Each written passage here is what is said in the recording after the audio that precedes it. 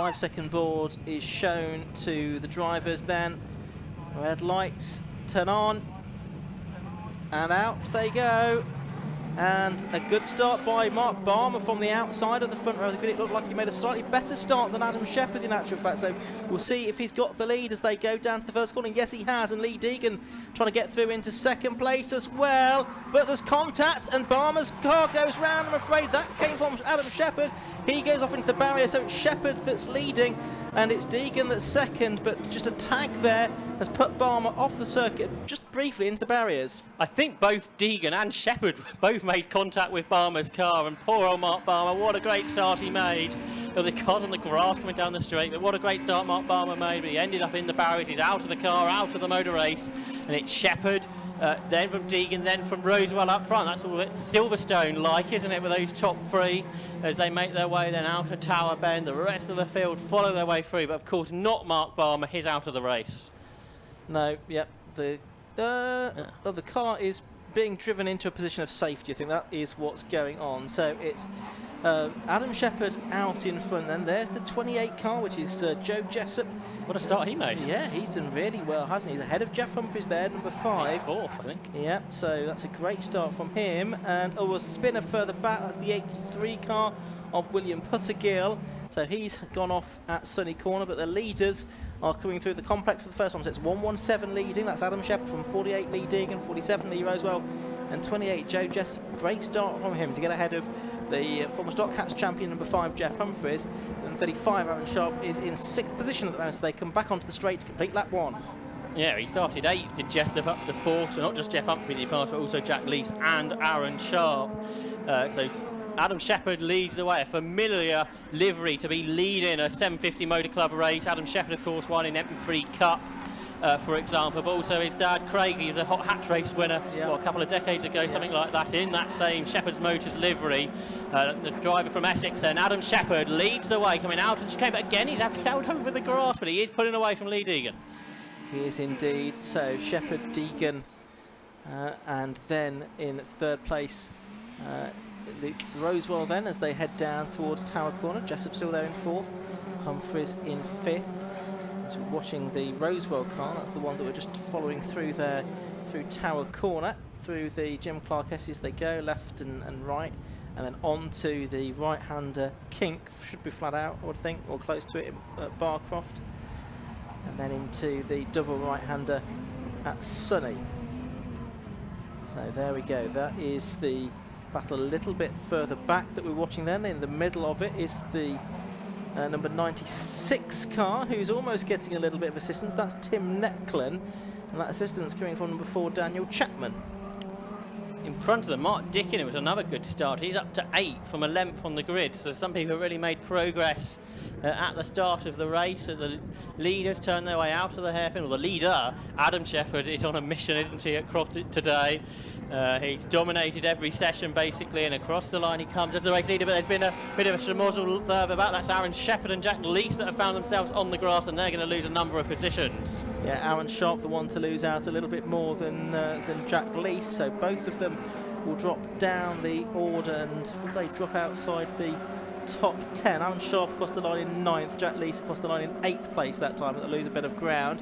Meanwhile, up front, I can tell you that Adam Shepherd's still leading. That's Travis Coyne alongside Aaron Sharp now. That's for 9th and 10th then. Sharp just about managing to hold off Coyne, who perhaps was trying to capitalise there with the momentum that he had, that Aaron Sharp didn't down the straight. That's right, he couldn't quite manage it. Aaron Sharp got his elbows out and stayed in front. So Mark Dickin was the gainer, and Dave Fricker, they're up to 6th and 7th positions from 11th and 13th on the grid. So Fricker from 13th to 7th, he's made more progress than anybody else, I believe, the former Formula Ford racer. Tate Tavern has made reasonable progress, up to 16th place at the end of the lap from, I think, about 25th on the grid, so he's made up 9 places in his patched up Civic. Nick Garner's going with him, he's 18th, but he didn't race earlier, and from the pit lane, Matt Digby's 23rd. So perhaps not made quite as much progress as the others. But we're watching Sharp then and the 87 car of Jack Lee. So these were the two that sort of were leaning on each other through the hairpin at the end of the previous lap, and they went very wide, both of them over the grass. They're coming into the complex now behind Mark Dickin 77 and Dave Fricker in the number 8 car as the leaders are through to complete their third lap, with Adam Shepherd still leading the way from Lee Deegan. The gap's just going out and out though. After 3 laps, it's 1.7 seconds between the two of them. We're looking at Lee Deegan here turning his way under pressure from Luke Rosewell, who's having a better race, going with Deegan here through Hawthorne. They turn. Shout out to Joe Jessup in 4th. He made that good start, but he's getting away from Jeff Humphreys. So what a drive in his second ever car race meeting to run in 4th position ahead of a former Stock Catch champion, probably when it was at its most competitive with, what, 60, 70 entries when Jeff Humphreys won that. So a great drive from Joe Jessup in 4th. But we're watching the 3rd place man, which is Luke Rosewell, he's been a star, really at the start of the season, hasn't he? Almost winning at Silverstone. Coming from single-seater racing, chasing sling car specialist Lee Deegan. Yeah, absolutely right. You mentioned Jeff Humphreys there. It's his first time racing at Croft, actually. And I know that when he was testing here the other day, he really enjoyed the circuit. So it's a challenge, and drivers do enjoy it when they come here. They might think it's a bit far away, but it's well worth the trip. Now, there, Luke Rosewell has suddenly made a bit of a mistake, and he's lost a few lengths to Lee Deegan as a result of that. So Lee Deegan not feeling the pressure that he was, but he's still got a long way to go to try and catch Adam Shepherd. He's just not quite had the pace of Shepherd, has he, during the course of this weekend so far? No, I guess it's bagging points is important heading to the remainder of the season in the Type R Trophy. He's around 4 to a third of the way through the season after today. First championship year for the Tegiwa Type R Trophy, of course.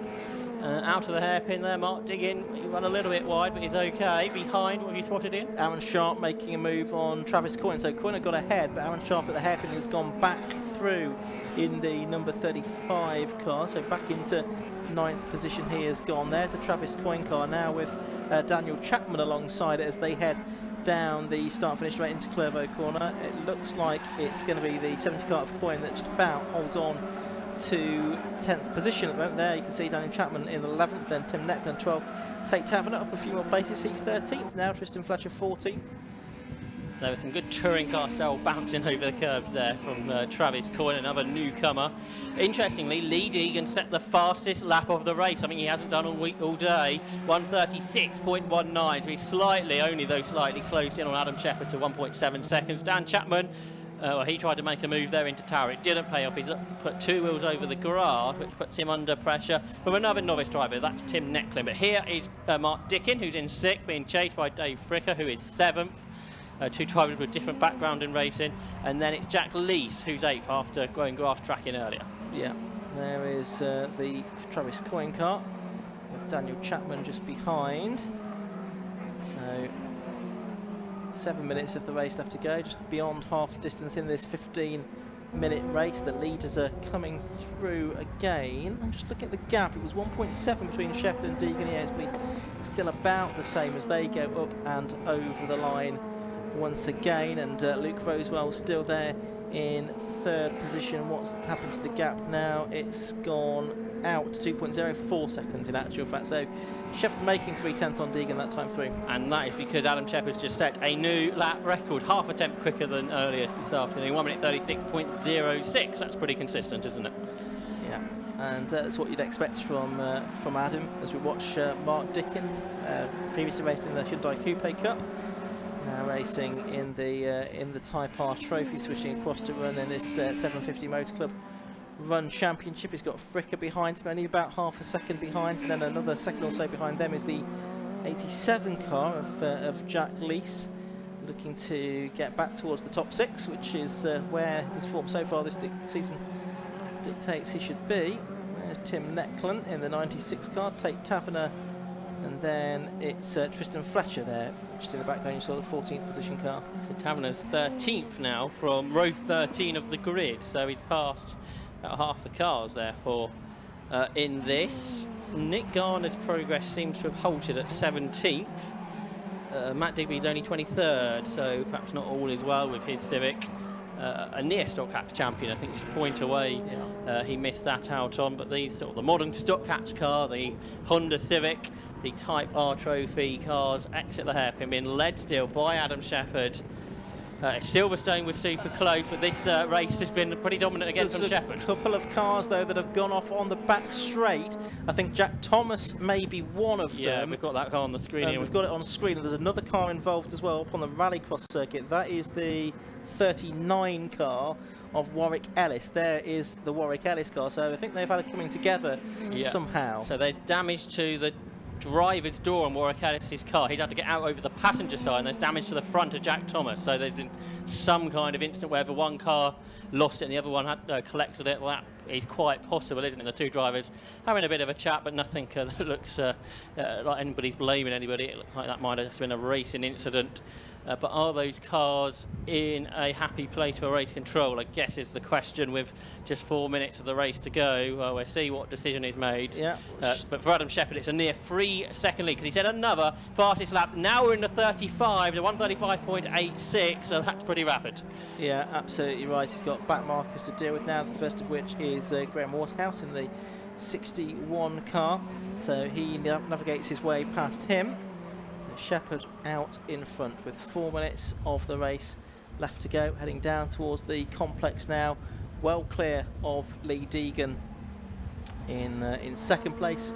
Luke Rosewell in third. It's not really bubbled up into the kind of race up front that we've been hoping for, and I guess it was a similar story in race one. Really, it's not quite been the classic would have liked. No, after Silverstone was so close, really nothing separated them, did it? But here it's a bit more of a technical circuit, and Adam Shepherd really showing his class to lead all weekend or all day long. This is lap 8 of the race now. 2.7 seconds is his gap over Deegan. Third is Rosewell. Fourth is Joe Jessup, the driver of the race for me after his great start, but then he's had the pace to pull away from Jeff Humphreys, who's there in fifth. Mark Dickin is sixth. Seventh is Dave Fricker. They're going through double yellows, the leaders, unsurprisingly for the chicane. Eighth is Jack Lees, who is getting back onto terms with Fricker, so that might be something to pick up for 7th and 8th positions. Car number 8, Dave Fricker, coming under pressure from Jack Lees. They're just coming out to that yellow flag section through the chicane. Meanwhile, there's some traffic to be dealt with. That is Joe Jessup, who I was mentioning, impressed with him in this race. Whereas, did I say, he was in the championship a bit further down, so this is going to help him out somewhat. He is 8th in the championship after taking his best result of 8th earlier today, but he's going to thrash that if he can stay there in 4th. Yeah, I was just looking at that battle you were describing, which we're now looking at on screen. It's the 8 and the 87, Dave Fricker and Jack Lees, separated by only about half a second as they make their way through Barcroft up towards Sunny. Fricker and Lees making their way out of Sunny and towards the complex now. Fricker, former Ford racer many years ago, going back into racing in the Tyre Power Trophy. He's got the newcomer Jack Lees just behind him. Adam Shepherd is going to go on to his penultimate lap of the race, I think that will be, because he's just crossed the line once again as the rest of the leading cars go through. But that battle that we're talking about is just coming out of the hairpin now into the shot that you're watching.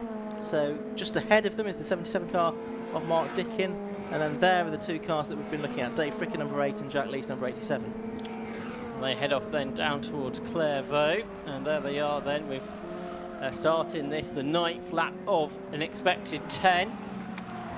And again, a good recovery, I guess this has been for Jack Lees. There's a bit of traffic through the chicane. There's yellows here, no more in fact, so not yellows here, but a tricky moment coming through the back marker, and I think Dave Fricker's got the better of that, Ian. I would say he probably has, yeah. He's got a few car lengths in hand now over the 87 car of Jack Lees, so that's worked out well for Dave Fricker as he's working the penultimate lap of this race now. So he should be good for 7th place here. I don't think he'll catch Mark Dickin, who's the car ahead of him, as you can see there inside the top 6, who in turn is about 4.5 seconds behind the 5th place driver, number 5, Jeff Humphreys.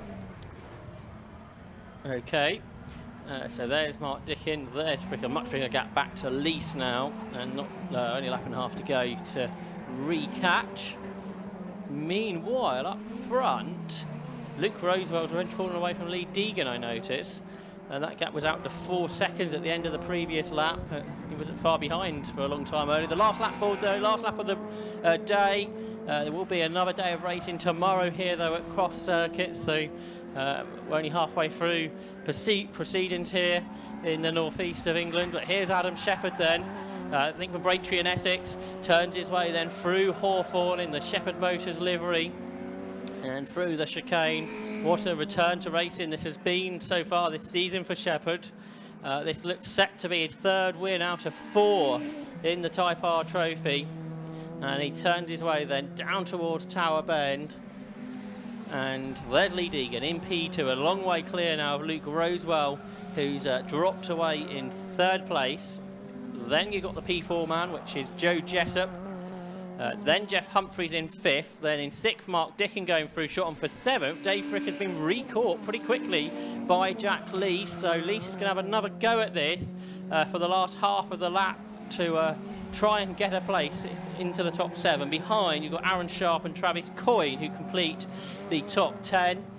But the race leaders will be soon completing their race. We'll just watch this battle through the Jim Clark S's, because it is nose to tail, and we've been saying all day it's full commitment through this part of the track. Yeah, absolutely right. It's Fricker in position though to hold on to 7th place at the moment, but the leader heading into the hairpin for the final time. Adam Shepherd, there he is, up on 2 wheels almost as he navigates his way around the hairpin. He comes out of it now, up to the line. The last lap board is replaced with the checkered flag. A perfect day for Adam Shepherd. 2 wins from 2 in the Tegiwa Type R Trophy. I think he'll be very happy with. Yeah, thanks Ian. Double winner Adam Shepherd, who again made that look relatively easy really. We thought that maybe with Deegan getting into 2nd place there, he might be able to give you a run for your money, but you just seem to have the pace this weekend.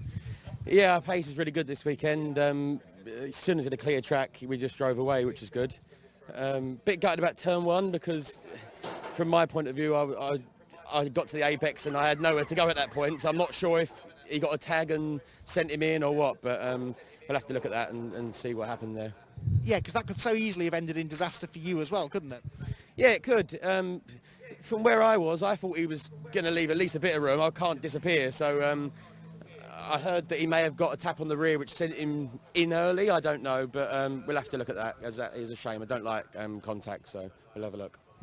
Let's not let that detract though from what's been a dominant performance from you this weekend. You set another new lap records in that race as well. Is it this track that you just clicked with? I mean, you were quick at Silverstone too.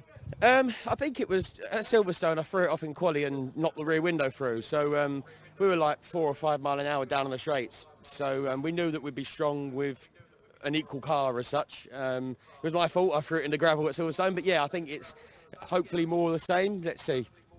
Yeah, well, bodes well for the rest of the season, doesn't it? Where are you next? I think we're at Snetterton next. I love Snetterton, so fingers crossed we go well there.